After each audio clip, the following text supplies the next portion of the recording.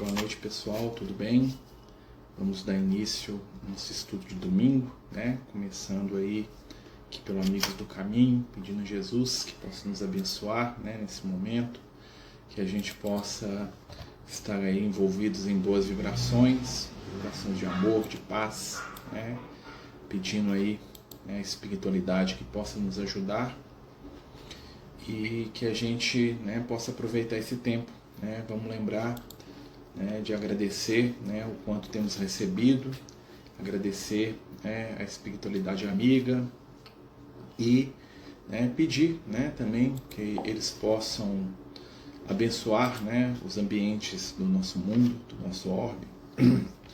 Né, vamos fazer uma prece para a gente começar, pedindo a Jesus que possa neste momento interceder em favor daqueles que precisam, nos ambientes de guerra, de sofrimento, de ódio.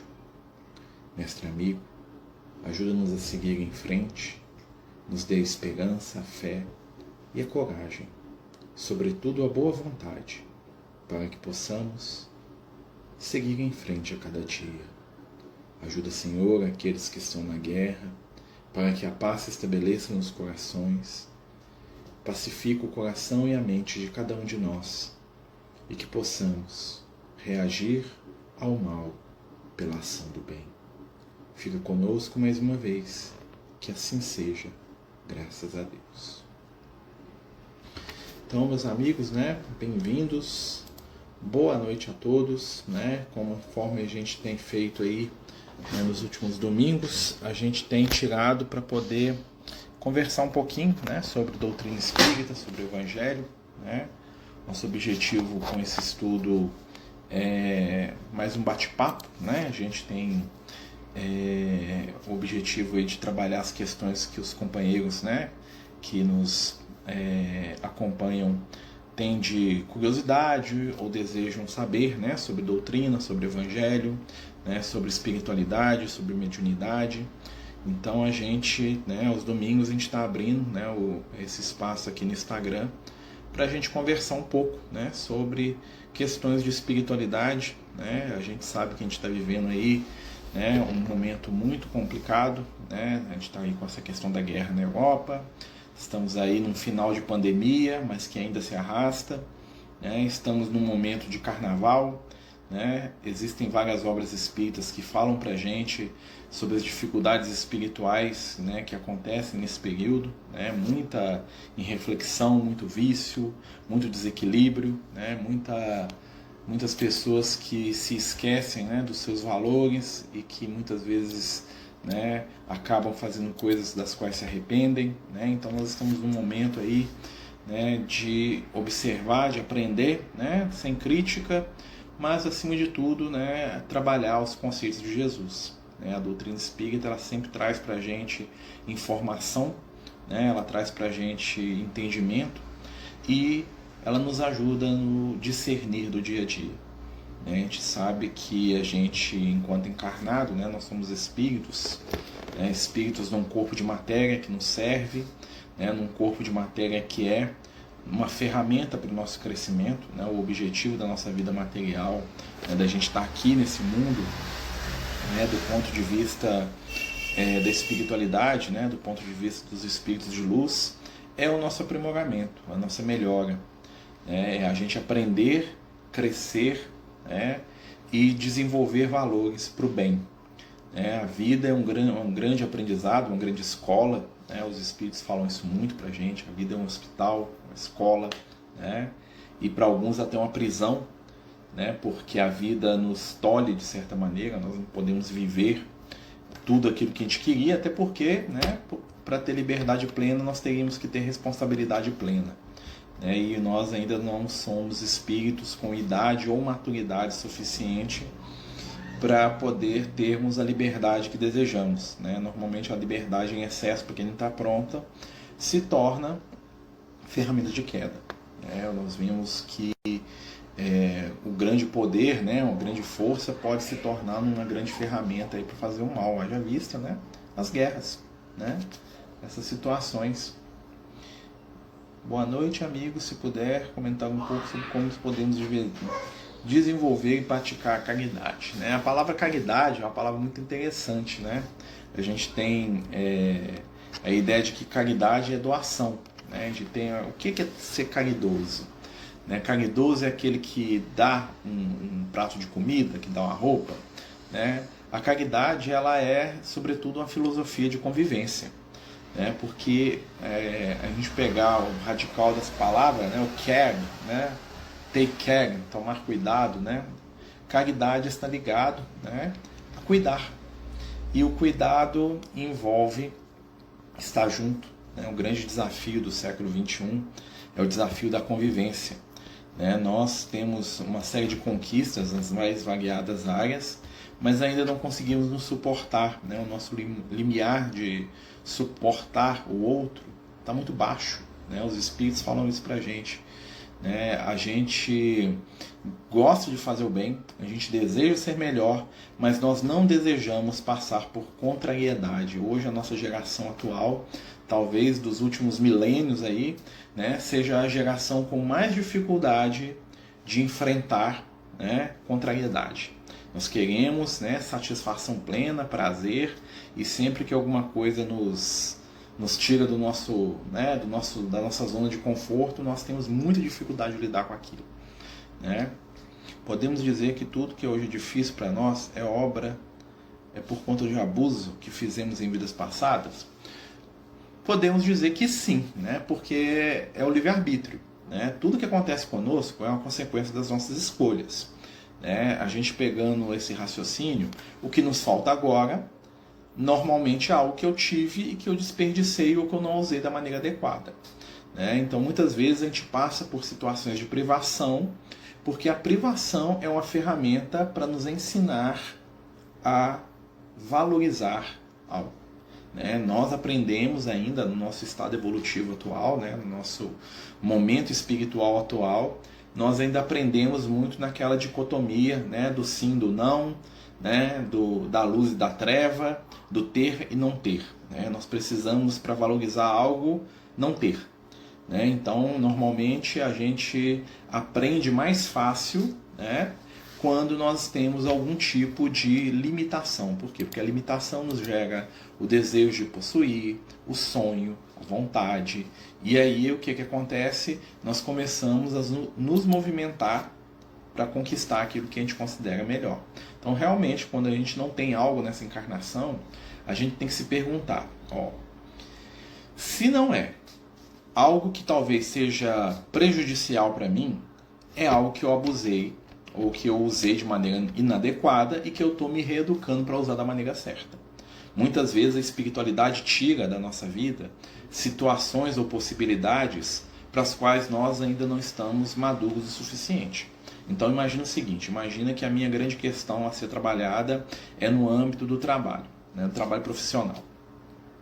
Porque sempre que eu tenho um trabalho profissional, eu tenho uma tendência de fazer da maneira inadequada. E aí o que acontece? Vem um dinheiro fácil e aquilo faz eu cair. O que a espiritualidade pode fazer, né? Ela pode limitar a minha questão do trabalho apenas para aquilo que é da minha sobrevivência, ou seja, eu vou tirar recursos financeiros do meu trabalho para me sobreviver, né? Mas eu não vou ter sobra. Por quê? Porque sempre que tem sobra, eu utilizo essa sobra de uma maneira inadequada. E quando a gente fala espiritualidade, né, na verdade os espíritos eles não precisam interferir diretamente para isso acontecer, não. É um mecanismo de livre-arbítrio, né? A própria reação daquilo que eu faço constrói o meu futuro. Então, se eu desprezo a família, a tendência é que eu reencarne, né, distanciado emocionalmente de pessoas que talvez eu considere fundamentais na minha vida. Então, por exemplo, eu maltratei a minha família a vida inteira, na minha encarnação anterior. Aí nós reencarnamos, né? Essa família que está comigo, ela vai estar sempre com o pé atrás, ela vai estar sempre cismada, ela vai estar sempre preocupada com alguma coisa, né? Por quê? Porque eu não construí intimamente com eles um laço. E aí eu vou ter que reconstruir através do meu esforço, da mudança, do sofrimento, né? E da transformação. Sem ter sofrimento, desafio, deixando de evoluir? Não. O sofrimento ele não é necessário para a nossa evolução, né? O que acontece é que para nós, no nosso estágio infantil ainda, é mais fácil evoluir na base da dor. É mais fácil, né? Apesar que a gente não gosta, tá? Gostar é diferente, né? Por quê? Os grandes chegam a um determinado ponto da nossa trajetória espiritual que a gente não vai sofrer mais. Né? A gente vai parar de sentir, né? A gente não vai precisar de desafio para evoluir. Por quê? Porque a tendência é que, né, quando a gente adquirir uma determinada maturidade espiritual, é que o nosso crescimento ele comece a ser, vamos dizer assim, uma progressão geométrica. Né? Quanto mais a gente aprende, mais a gente cresce, mais a gente cresce, mais a gente aprende. Né? O que acontece é que a gente, no estado evolutivo que a gente está hoje aqui, ó, nós somos espíritos muito jovens. O Emmanuel fala isso para o Chico, num livro que tem o nome dele, chama Emmanuel. O Emmanuel fala o seguinte, fala assim, olha, o ser humano saiu há muito pouco tempo do reino animal. Né? Quando ele fala ser humano, gente, ele está falando do princípio espiritual, que somos nós. Né? Então, assim, a nossa história espiritual ainda é muito curta, comparada de outros, né, espíritos que existem no universo aí afora. Então, nós estamos ainda, né, aprendendo os primeiros passos, né, de uma oportunidade espiritual consciente. Porque até o reino animal nós somos levados pelo instinto. Então o animal ele não tem responsabilidade porque ele não tem escolha. Então o animal ele não escolhe, se ele não escolhe ele não é responsável. Então a evolução dele se dá em outro aspecto. O aprimoramento dele se dá em outro aspecto. No dia que a gente adquire aquilo que o Emmanuel chama de coroa da razão, né, que é o que? A capacidade da gente, a autoconsciência, a capacidade da gente ser responsável pelas nossas escolhas, né, pelo menos a gente está engatinhando nisso, aí um outro aspecto da nossa caminhada se abre. Aí nós temos um negócio chamado livre-arbítrio. Claro que o nosso livre-arbítrio é algo limitado. Tá? A gente não tem livre-arbítrio pleno do jeito que a gente imagina. Por quê? Por que a gente não tem? Porque o nosso livre-arbítrio é condicionante. O que isso quer dizer? A gente tem livre-arbítrio. Só que nós temos atrelados ao nosso livre-arbítrio uma série de consequências que, de certa maneira, travam o livre-arbítrio. Né? Então, igual eu estou falando aqui, se eu, na minha existência passada ou semana passada, cometi um crime, a consequência daquele crime vai atrapalhar o meu livre-arbítrio atual. Então, o livre-arbítrio ele existe, mas a consequência dele ainda nos segura em muitos aspectos. Né? A lei de consequência, né, de lei de causa e efeito, se manifesta o tempo todo. Né? Por quê? E por que às vezes a gente tem mais situações negativas na nossa vida? Porque a maioria das nossas escolhas, muitas vezes, são escolhas equivocadas. Em que sentido? Escolhas de espíritos ainda infantis. Então a tendência é que as nossas escolhas, enquanto espíritos infantis, que ainda somos, né, ou seja, que estamos na nossa infância, são escolhas egoístas, são escolhas arrogantes, são escolhas agressivas, são escolhas infelizes e a consequência das escolhas vai começar a nos ensinar. Então eu tenho no início do nosso processo, que é o que nós estamos vivendo aqui, nesses 5.000, 10.000 anos de história da humanidade, isso é o início, gente. Nós estamos no início da nossa história, enquanto espírito. Né? Eu estou generalizando, tá, gente? Tem espírito que é muito antigo aí, tá? Mas assim, no geral, nós estamos ainda aprendendo a lidar com o livre-arbítrio. Né? Nós ainda estamos ali testando os limites das nossas escolhas. Por isso que a gente vai, erra, volta, e aí somos limitados pelo nosso erro, aí reencarna de novo, aí tem uma encarnação de prova para ver se eu não repito o erro, aí eu erro de novo, aí eu sou limitado por aquele erro de novo. Né? É mais ou menos assim, ó. Imagina que eu sou uma criança e eu faço uma coisa errada. Meu pai fala assim, olha, não pega aquela pedra em cima da mesa. Aí eu vou lá e pego a pedra. Quando eu pego a pedra, meu pai toma uma pedra de mim e fala assim, a partir de hoje você não vai brincar mais, até você aprender a não pegar. Aí eu fico 1, 2, 3 dias, que são as vidas, sem poder brincar com aquela pedra. A pedra é aquilo que eu acho importante. Né? Ou é a convivência de alguém, ou é uma conquista, alguma coisa. E aí, em determinado momento, meu pai fica com dó e fala assim, olha, você já ficou 3 dias sem brincar, né? Agora eu vou falar com você de novo, vou deixar a pedra ali, não pega aquela pedra. Aí eu vou e olho para a pedra, e vem um momento de prova. Eu queria muito aquela pedra, né? Será que eu vou dar conta de não pegar? Aí eu vou lá e pego a pedra de novo. Aí meu pai volta e fala assim, eu te falei, era pra você mexer com a pedra, agora eu vou esconder a pedra. Você vai ficar mais 3 dias aí sem nem ver a pedra, você não pode nem ver ela. O que você vê, você pega. Isso é o nosso processo de crescimento espiritual, que é a questão da causa e efeito. Então, muita coisa que a gente tem de limitação na nossa encarnação atual, aquela coisa que você fala assim, por que eu não consigo isso? É porque o nosso livre-arbítrio escolheu, no passado, algo que bloqueou aquele caminho. Ou seja, eu escolhi destruir a minha relação com a minha mãe, Hoje a minha mãe e eu temos problema. Então eu vou ter que reconstruir essa relação. E não é fácil. Né? Ah, mas por que isso acontece? Porque eu escolhi em algum momento destruir aquela relação. Agora eu vou ter que aprender a valorizar essa relação sem ter, né? Para no momento que eu tiver a oportunidade de aproximar dela de novo, eu tentar reconstruir.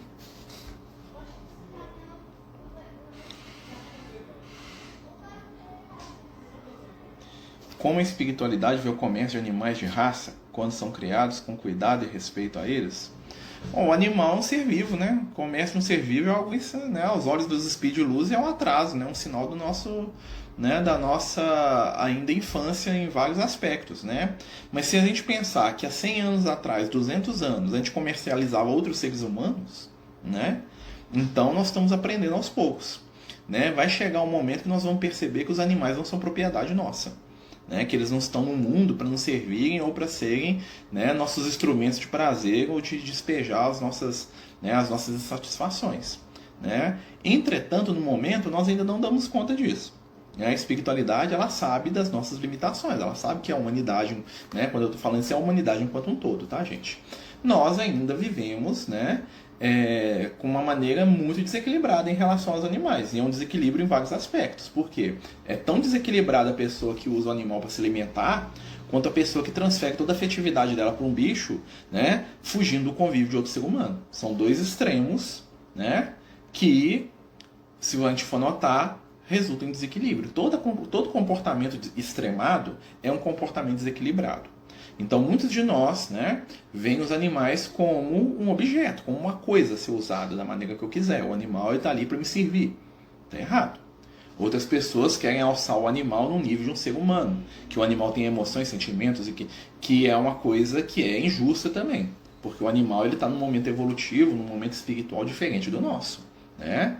O animal ele tá num... é a mesma coisa que os espíritos de luz querem levar a gente para viver lá onde Jesus vive, para ser igual a Jesus hoje. Nós não damos conta.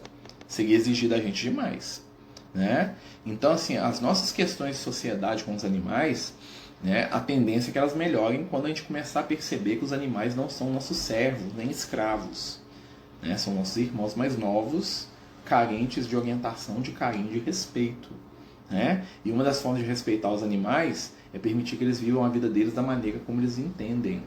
Né? Porque na verdade nós ainda temos uma relação com os animais, até quando a gente vai cuidar dos animais, a gente cuida dos animais em benefício próprio. Né? Por que a gente submete os animais à castração? Porque a gente acha que isso é bom para eles, mas será que é bom para eles? Né? Imagina se uma raça superior pegasse a gente e começasse a castrar todo mundo e falasse assim, é melhor que não nasça tanta gente no planeta. Será que nós íamos gostar? Né? Claro que tem uma série de outros fatores, né? Porque a gente povoou demais o mundo de animal, né? Principalmente de algumas espécies, né? Mas a gente ainda precisa ter um balanço emocional dessas questões. Isso está acontecendo, né? Essas questões estão acontecendo. Nós vamos aprender a lidar com os animais ainda da maneira adequada, né? Eu sempre brinco com o pessoal, eu amo meus bichos, mas eu não sou pai do meu gato, não. Eu sou pai do meu filho, né? Meu gato é meu amigo, né? Eu gosto da minha gatinha, eu gosto do cachorro, eu gosto dos bichos demais. Se minha gatinha morreu, eu choro, já falei, né? Mas eu não vejo, ela não é um ser igual a mim, no sentido de que ela não é um ser humano, ela não está nesse estágio ainda, né?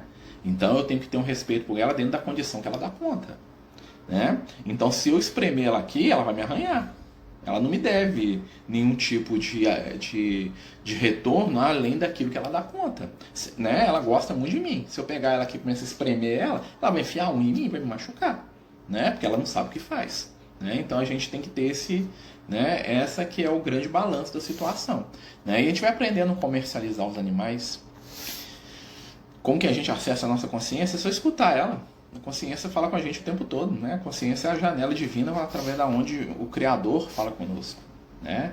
Então a voz da consciência é como se fosse uma janela que vai se expandindo com o tempo. À medida que a gente cresce, nossa consciência dilata, né? Então o animal não tem consciência quase nenhuma, o ser humano já tem bem mais, né? Jesus já tem um outro nível de consciência, né? São níveis, né? Como eu gosto muito de uma comparação que o Lucas fazia quando eu era criança, que era da janela. Ele falava assim, ó, né? À medida que o ser cresce, a janela para ele enxergar Deus aumenta. Alguns têm aquele olho mágico, né? Daquelas portas de apartamento velho, todo embaçado, que você não via nada. ou você já tem uma janela panorâmica. Jesus tem uma panorâmica de 50 por 50 para poder enxergar o Criador. A minha janela, às vezes, é 10 por 10 aqui, ó, mas já dá para me ver alguma coisa, né?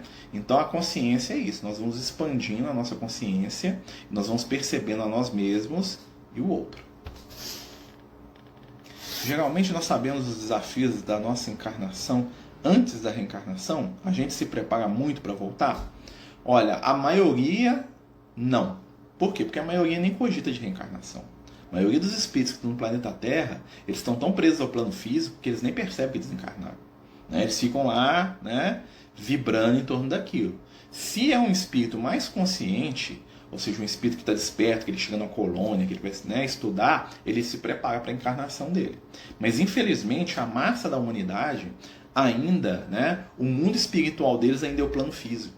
Por isso que muita gente não acredita em vida depois da morte. Por quê? Porque a vida depois da morte deles é aqui.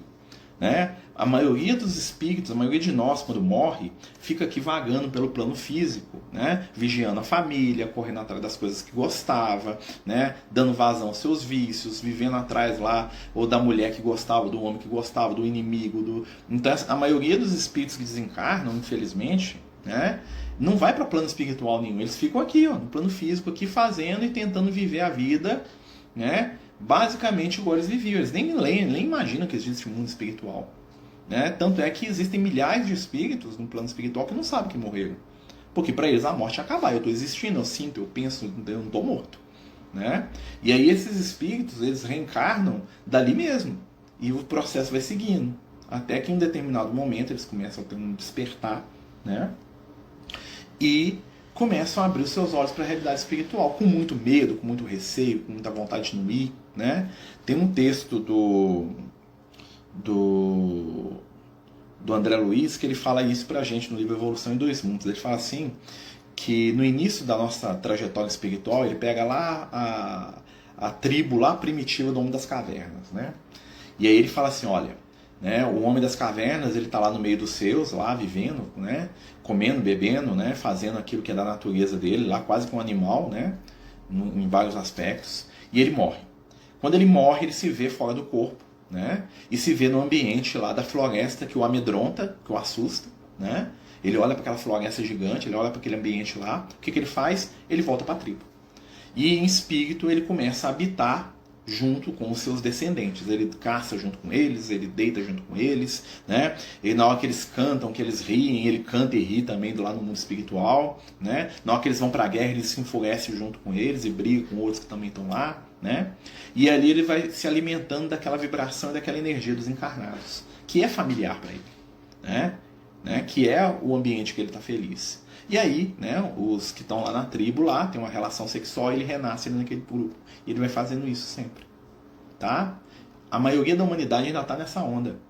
Eu vivo mentalmente em torno das coisas que eu quero, que eu gosto, que eu acho importante, seja o sexo, seja o poder, seja o dinheiro, seja uma briga, seja política, seja o que for, seja a minha fazenda, minha casa, meu país, né? Aí meu filho, meu neto tem uma relação sexual, já reencarno ali, já volto, já estou ali dentro daquele... E nisso a roda vai girando. E aí com muito cuidado, com muito pouco, né, a espiritualidade vai jogando algumas sementes de conhecimento superior. Até que esse espírito consegue sair desse ciclo e começa a perceber o mundo espiritual. Né? E aí ele vai aprender, ele vai crescer. Aí nesse caso sim. Tá? Mas isso não é geral. Infelizmente não é geral porque nós ainda somos espíritos muito, muito, muito jovens, né? Quando a gente lê lá um livro e a gente vê lá o espírito preparando a reencarnação, aquilo ali, gente, é 1%, tá? Aquela preparação de sentar na mesa, conversar com o mentor, né? A maioria das pessoas nem acredita que isso seja possível, nem sabe que isso é, nem cogita disso, né? Por quê? Porque não tem equilíbrio fazendo uma coisa dessa. A maioria das pessoas ainda é muito egoísta, né? Se sentasse na frente de um espírito iluminado, ia querer que o espírito atendesse todos os desejos dela, né? Na verdade, ia ficar com raiva, porque ia querer ter uma vida de prazer, uma vida, né, onde tudo dá certo, onde tudo acontece do jeito que ela deseja, né? E aí não teria maturidade para o espírito falar, olha, meu filho, a melhor coisa para sua encarnação é você ser cego, tá? Isso vai te ajudar demais, você precisa disso. Não quero, eu quero enxergar, eu quero ser bonito, inteligente, rico, famoso, né? Então a maioria das pessoas não está pronta para ter essa conversa com a espiritualidade ainda não.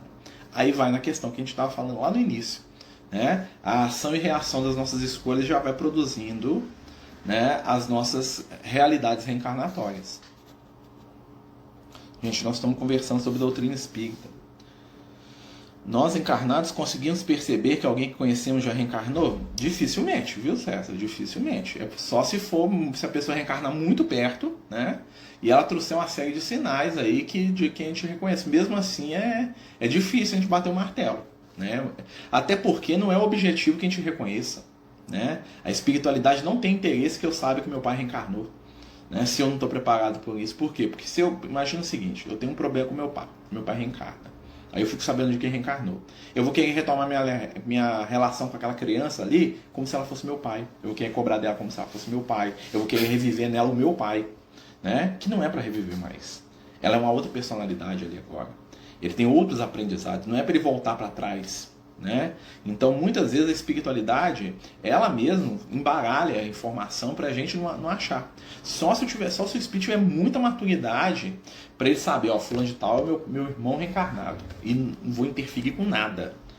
Sei que é isso, mas é como se não fosse, né? A maioria não dá conta, né? Porque a maioria de nós ainda tem relações afetivas uns com os outros, relações apaixonadas, né? Então eu quero o meu pai de volta, não quero que ele seja o Joãozinho, filho da minha prima, né? Eu quero que ele seja meu pai, né? Eu quero que ele lembre de mim, que eu quero que ele volte o que ele era, né? E não é isso, né? Então assim, esse apego atrapalha, mas é possível? É possível, conquanto muito raro mesmo, né? Aí tem que ter um objetivo.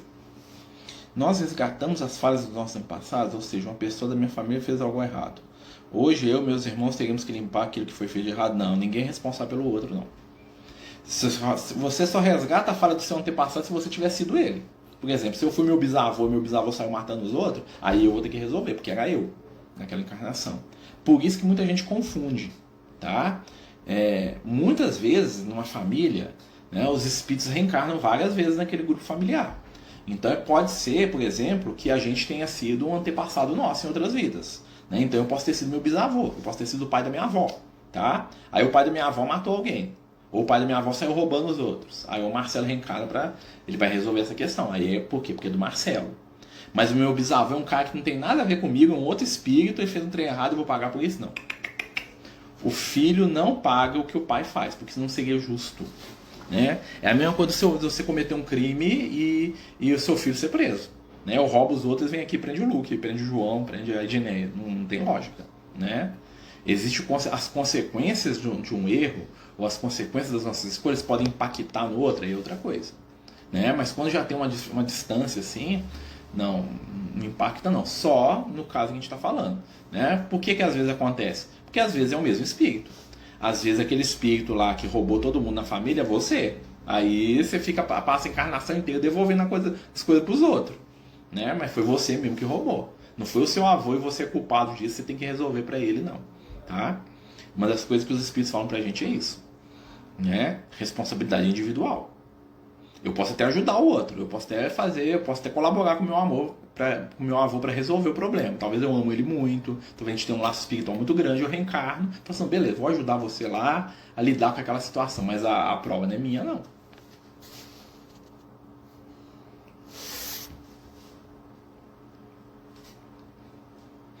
Nossa, lembrei da Dona Laura do livro Nosso Lar, conversando antes da reencarnação. Ela fala sobre a preocupação do DNA da família também. Como o DNA pode influenciar o espírito? O DNA é a caixinha de ferramenta. Imagina isso, tá? Então imagina o seguinte. Vamos imaginar uma forma de a gente entender o DNA espiritualmente? O DNA, né, biologicamente, a gente sabe que é aquilo que compõe o nosso organismo, né? É o nosso, vamos dizer assim, o nosso modelo, né? E o nosso mapa para dizer o que nós somos. Beleza, tá? Quando o espírito reencarna, ele vai ter acesso ao DNA do pai e da mãe dele, né? Então eu reencarnei, eu tenho acesso do seu Evandro, né? Meu pai, que já está no plano espiritual, da Dona Conceição. Juntou o DNA dos dois, né? Então esse DNA é um conjunto de possibilidades vindas da genética da minha mãe e da genética do meu pai. E eu, o espírito eterno Marcelo, que vai reencarnar, eu vou tirar desse DNA o que for útil para mim. Ou seja, eu só vou conseguir materializar no corpo físico aquilo que tiver dentro do conteúdo de DNA deles. Ou seja, às vezes meu pai e minha mãe, né, eles têm um código genético e eu tenho uma aptidão espiritual para ser um artista. mas não existe no código genético da minha mãe ou do meu pai uma facilidade neurológica que facilitaria para mim desenhar muito bem. Então essa habilidade, ela está desligada aqui no corpo físico. No meu ser espiritual ela tá. Se eu esforçar muito, eu vou fazer uns garranchos assim, mas não vai sair o que sairia se eu tivesse o DNA adequado. Ou seja, o DNA é uma ferramenta de uso. Imagina, por exemplo, que eu, o Marcelo, eu preciso ter uma determinada doença. Lá na genética do meu pai, tá lá a diabetes. Lá na genética da minha mãe, tá lá a diabetes. Aí eu preciso de diabetes para poder atender a necessidades da minha causa e efeito. Lembra que eu fiz escolhas no passado? Eu vou lá e o meu espírito puxa a diabetes. O meu irmão, que tem a mesma caixinha de ferramenta lá, o mesmo DNA do meu pai e da minha mãe, tá lá a diabetes fica lá no cantinho da bolsa, lá sem ser usada nunca na encarnação dele. Então, o que ativa as características genéticas? São as necessidades do espírito. Então, aquilo que é ativado geneticamente em mim é porque o meu espírito imortal foi lá na caixinha e tirou. Tem coisa que ele vai poder tirar, tem coisa que não tem. O que não tem eu não vou usar nessa encarnação. Então, assim, determinadas situações, determinadas postulações espirituais, às vezes ficam paradas por causa da questão do DNA. Ah, mas imagina que o DNA da minha mãe tem lá violência e agressividade, e o meu pai tá lá, violência e agressividade. Aí eu reencarno. Tem violência dos dois lados. Mas eu, espírito, não sou violento. Então a violência e a agressividade que está lá no DNA da minha mãe ou do meu pai vai ficar lá na caixinha guardada. Nunca vai ser ativado. Vai ser aquela caixinha bonitinha, fechadinha lá que ninguém nunca abriu. Então nós vamos utilizar o DNA dessa forma. O DNA são um conjunto de possibilidades físicas que nós herdamos dos nossos pais. E cada espírito, se tiver 7 filhos, cada um desses filhos vai utilizar partes diferentes daquela estrutura para constituir a sua estrutura física, espiritual, emocional da sua encarnação atual. Por isso que nós não somos cópias. Mesmo eu tendo o mesmo DNA do meu irmão, eu sou muito diferente dele em inúmeros aspectos. Inclusive em questão de saúde. Eu tenho diabetes, meu irmão não tem. Meu irmão tem um problema auditivo sério, eu não tenho. Nós somos do mesmo DNA. Então eu posso inferir que o que causou que ele nasceu com problema auditivo. Então eu posso inferir, eu posso imaginar que dentro aqui das minhas células tem o gene que me deixaria surdo. E nunca tirou. Por quê? Porque eu não preciso dele. Não é útil para o meu processo espiritual. Ao mesmo tempo que eu posso entender que ele tem lá nas células dele o gene da diabetes, que eu tenho. Mas que nunca ativou nele. Por quê? Porque para ele não é importante para o crescimento espiritual dele. Para mim é. Eu necessito daquilo. Então a gente entendendo, então a gente vai entender assim, a genética ela é um conjunto de ferramentas materiais, biológicas, que os nossos pais nos oferecem para que a gente reencarne. Então, se a gente precisar de determinada coisa, pode até ser que no plano espiritual fale assim, olha, nossa, eu tinha que reencarnar ali, mas eu preciso de um determinado gene aí, porque eu preciso desenvolver uma situação. O seu pai e sua mãe não tem não. Então, vamos fazer o seguinte, você precisa ser filho deles, vai ser adotado. Eu vou te colocar na família, que você vai reencarnar ali, que ela tem os conteúdos genéticos que você precisa. Mas aí, o que acontece? Eles não têm muito equilíbrio moral, muita coisa, eles vão te entregar para adoção. Seus pais atuais vão te achar e vão te levar. Aí você quebra isso aí. Nossa pequena Eloy é muito nervosa, ela tem 7 anos. Sempre pedimos para ela fazer uma oração quando sentir raiva. A raiva é um sinal de muitas situações espirituais. Pode ser uma influência, pode ser uma dificuldade de uma rigidez com alguma coisa. E o autocontrole é um desafio. Hoje as crianças estão precisando muito de aprender a se controlar, se regular, como diria lá o pessoal lá que estuda. É possível que aqueles que amamos, quando desencarnados, estejam nos protegendo, guiando, mesmo não tendo evoluído tanto quanto carnes? Com certeza. Inclusive tem espírito inferior que nos protege. Tá? Quando a gente fala inferior, gente, a gente está falando espírito que não é um espírito iluminado, no sentido assim que ele já não está naquela energia de amor, de luz, Mas imagina, por exemplo, o meu pai, vamos imaginar, o meu pai era um matador.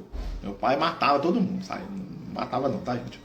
Imagina que o espírito que foi meu pai era um assassino, um matador. Aí meu pai desencarna, morreu. Foi lá pro plano espiritual, foi lá pro umbral, aquela coisa toda, Saiu matando os outros lá, mas mordia rabo de cobra, aquele negócio, Aí imagina, mas mesmo assim, apesar do meu pai ser um matador, ele gostava de mim, porque eu sou filho dele, né? Então ele me amava do jeito dele, do jeito torto dele, me amava, né? Imagina que eu tô lá, aí eu tô aqui no plano físico encarnado, aí eu tô lá no meu trabalho, meu chefe faz alguma coisa que me ofende, alguém me agride. Você acha que meu pai ia levar o desafio pra casa? Ele ia tentar me proteger. Como é que ele ia tentar me proteger? Do jeito dele. É a proteção do espírito equilibrado? Não, ele vai lá querer enfiar a mão na cara do chefe, torcer o pescoço de quem tá me fazendo sofrer, tá? Então, é um tipo de proteção, tá? E isso eu tô pegando um extremo, tá, gente? Quando, né, pra pergunta do César. Então, o espírito que nos ama, ele vai tentar nos ajudar. A questão é se ele dá conta e se ele sabe como fazer, né? Nós temos uma história muito boa lá no livro Nosso Lar, né, da Dona Idalina, que foi lá conversar com o ministro Clarence junto com o André Luiz. A Dona Idalina, um espírito desencarnado, uma senhora, que ela estava no Nosso Lar, e ela queria ajudar a família dela. Né? Ela falava que a família dela precisava de ajuda, que ela tinha que voltar para o plano físico, que ela tinha que ajudar. E aí o que ela foi? Ela foi lá nos ministérios do Nosso Lar e falou assim, eu preciso ajudar minha família. Aí o Clarence, que é o ministro do Nosso Lar, falou assim, olha, beleza, vou arrumar um trabalho para a senhora. Né? Ela foi querendo ajudar a família. O Clarence falou, vou arrumar um trabalho para a senhora. E colocou ela no Ministério da Regeneração. Né?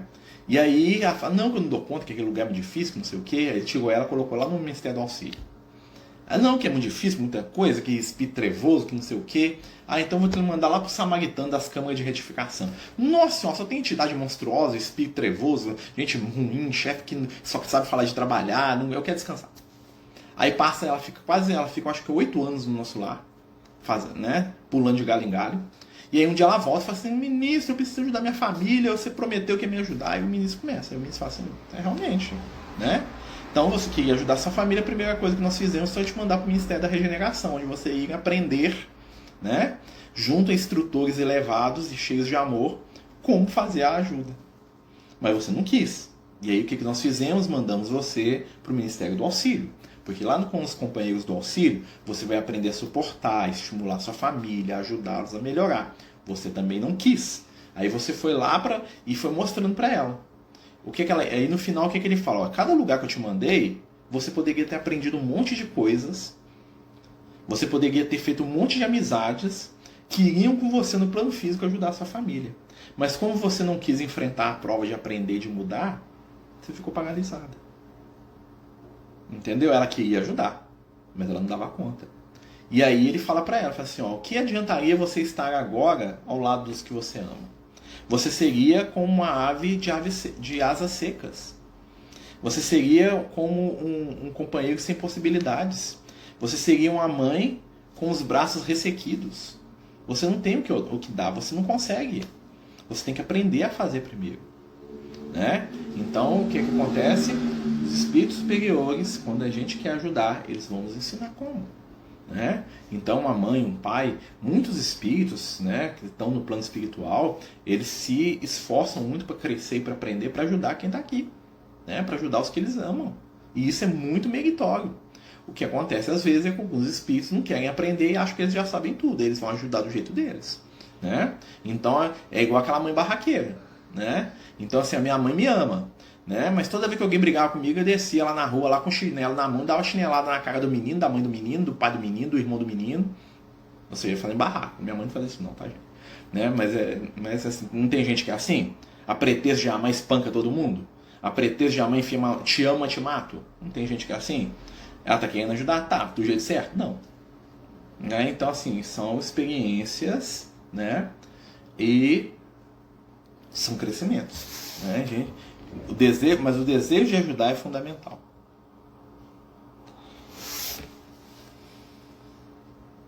No culto do Evangelho no Lar, quando é feito por apenas uma pessoa, precisa da leitura em voz alta ou pode ser silenciosa? Olha, os espíritos falam que é bom que seja em voz alta. Né? Por quê?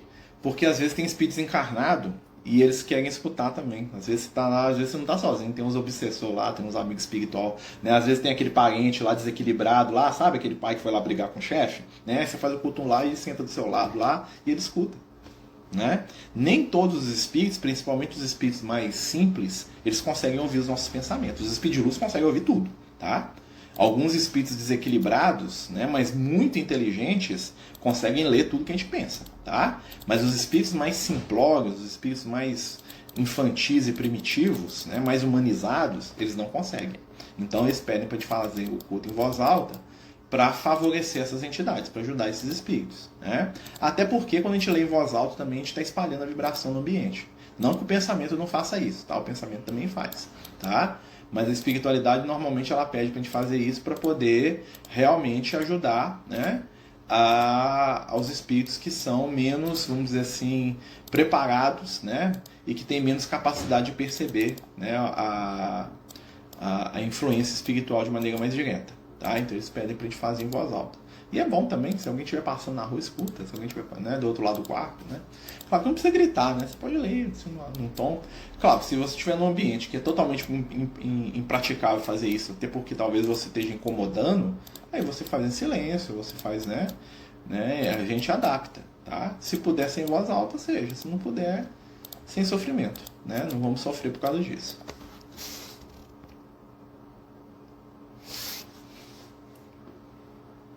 Viver experiência sobre o trabalho, como perdoar o passado e aprender com o novo.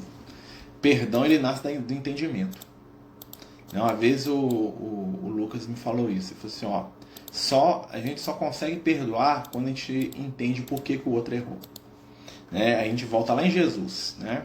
É interessante uma coisa que os espíritos falam, né? O Lucas vive falando isso comigo, que perdão não é para espírito de luz. Tá? Os espíritos de luz não necessitam do perdão, porque o perdão, para você perdoar alguém, você tem que ser capaz de ser ofendido. Os espíritos superiores, eles não são ofendidos porque eles conhecem tanto a gente, né, que nada que a gente fizer surpreende. Então, assim, é igual a mãe, né? Eu posso fazer o que eu quiser, minha mãe me conhece. Então, dificilmente eu vou ofender minha mãe, muito difícil. Ou Jesus, né? Jesus, vamos notar que quando Jesus está na cruz, ele fala, Pai, perdoa-os porque não sabem o que fazem. Olha só. Né? Jesus mesmo fala, eu te perdoo. Em nenhum momento da Bíblia ele fala, são te perdoados, ele sempre joga para fora. Por quê?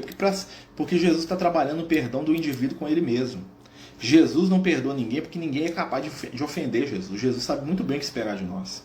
A ofensa, normalmente, né, é fruto de desconhecimento. A gente se ofende com aquilo que a gente não entende. Né? A gente fala assim, o que é isso? Que negócio é esse? Né? A gente assusta, né, com algumas situações porque a gente não entende. Tá? Os espíritos iluminados, eles não se ofendem porque eles não se surpreendem com o que a gente faz. Já esperam. Jesus, quando ele vem na Terra, já sabia que o pessoal ia matar ele. Né? Então ele não foi pego de surpresa. Né? Ele não estava surpreendido. Nossa, achava que eles iam me amar aqui. Não, eu vou lá, o fim do negócio eles me mataram, que é o que eles dão conta. Né? Então, assim, a diferença de um espírito como o Cristo para nós é essa questão. Né? Nós ainda estamos um pouco longe dessa condição, por isso que a gente tem dificuldade de perdoar. Então, o perdão, ele nasce do quê? Do entendimento. No dia que eu compreender porque o outro errou, eu perdoo. Né? É igual a criança. A criança enfia o dedo no meu olho. Né? Mas eu sei que ela não sabe o que faz, então eu não cobro dela. Eu não fico ofendido. Né? Quando eu pego a minha gatinha, aqui, ó, vou mostrar pra vocês. Vai ver meu braço aqui? Dá pra ver, né? Isso aqui, gente, é arranhão do meu gato quando eu vou dar remédio pra ela, que ela tem que tomar remédio. Então eu seguro ela no braço, assim, né? Põe a cabecinha dela aqui assim, ó. E vou pingar o remédio na boca dela. Aqui ela me arranha todo, né? Eu não fico magoado dela fazer isso comigo, porque ela não sabe o que ela tá fazendo, ela tá reagindo a um estímulo. Eu tô prendendo ela tá com medo, o que é aquilo, né? Ela me arranha. Então, isso não gera mágoa. Por que não gera mágoa? Porque eu sei que ela vai me arranhar, né? Eu posso até tentar enrolar alguma coisa no braço, né? Eu vou dar o meu jeito. Mas eu sei que o que ela dá conta de fazer é me arranhar. Então, nas nossas relações com as outras pessoas, né? O que nos ajuda a sofrer menos é entender os limites de cada um.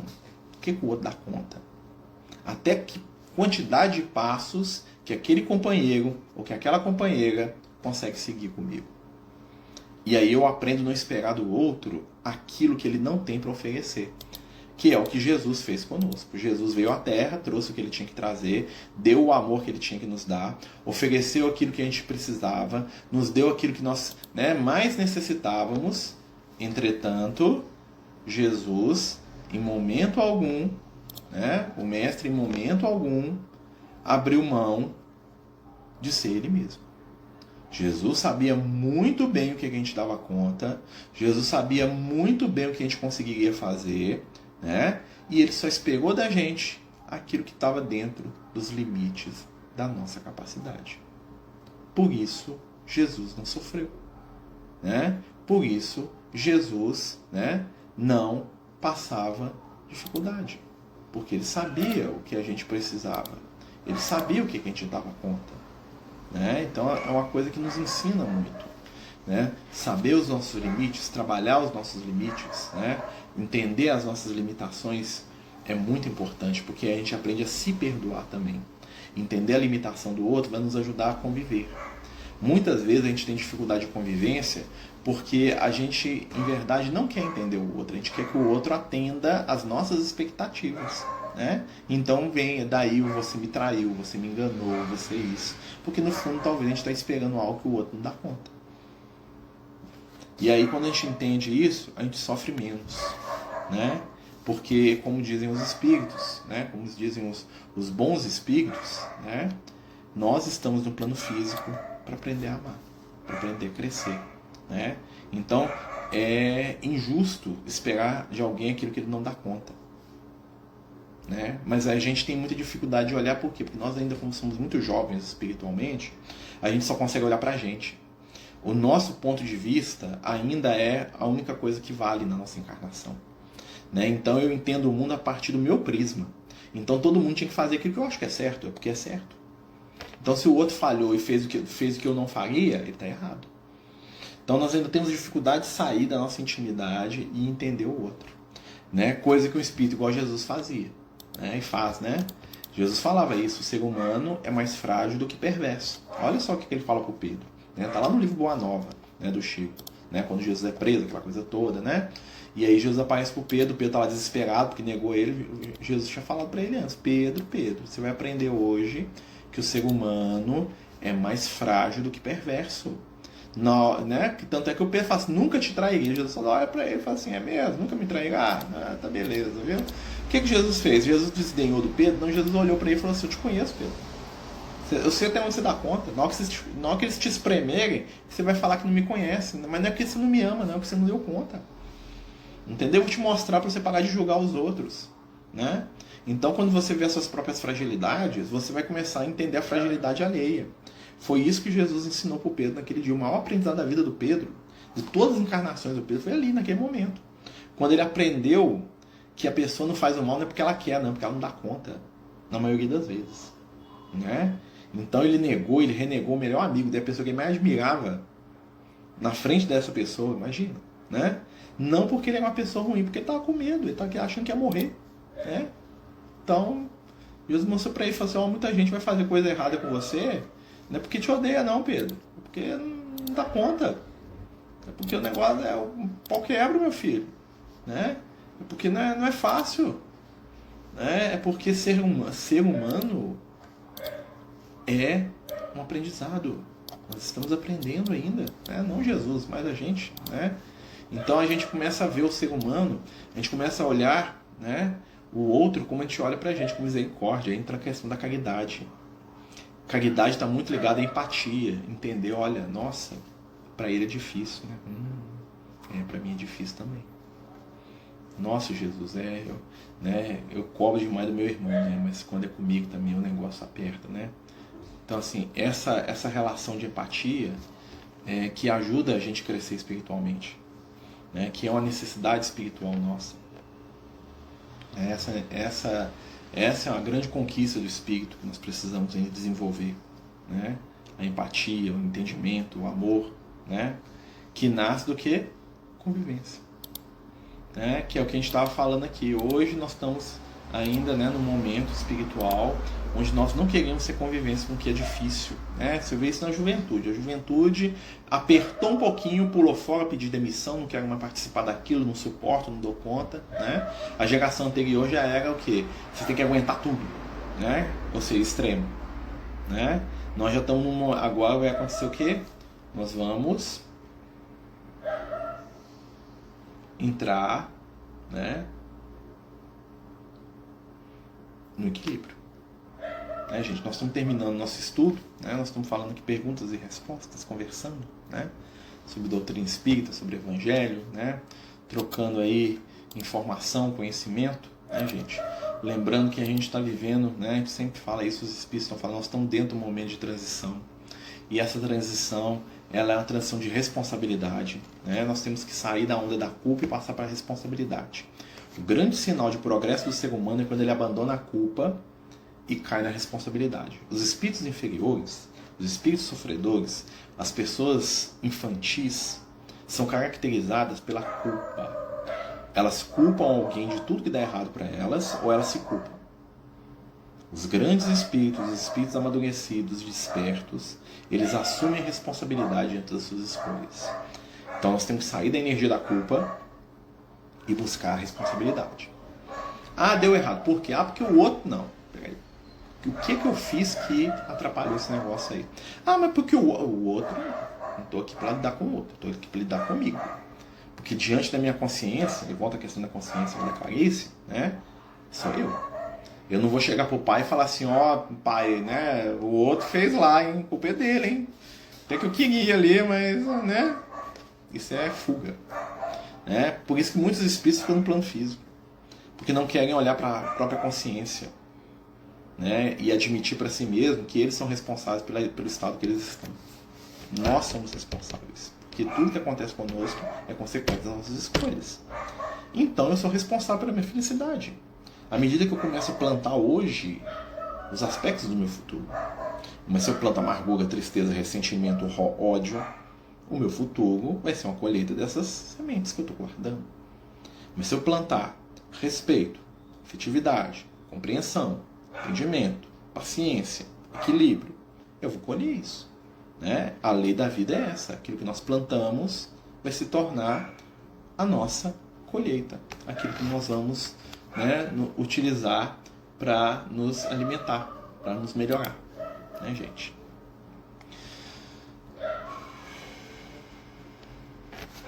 Então vamos lá, fazer a nossa prece para a gente terminar.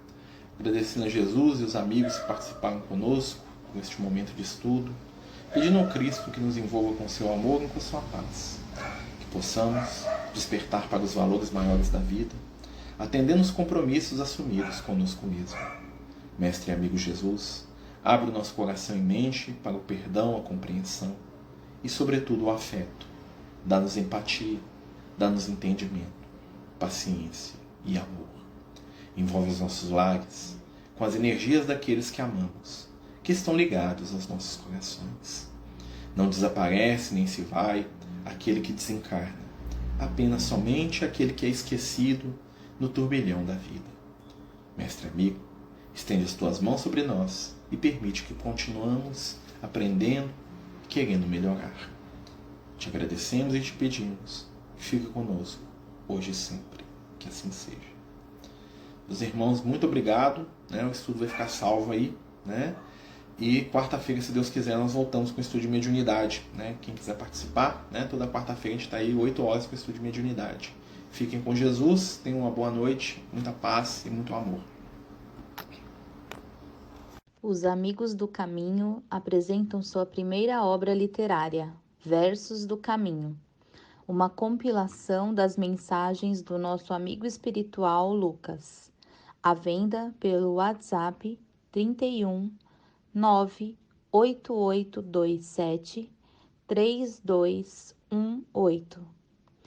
Toda a renda será destinada para o projeto Neurodiversos.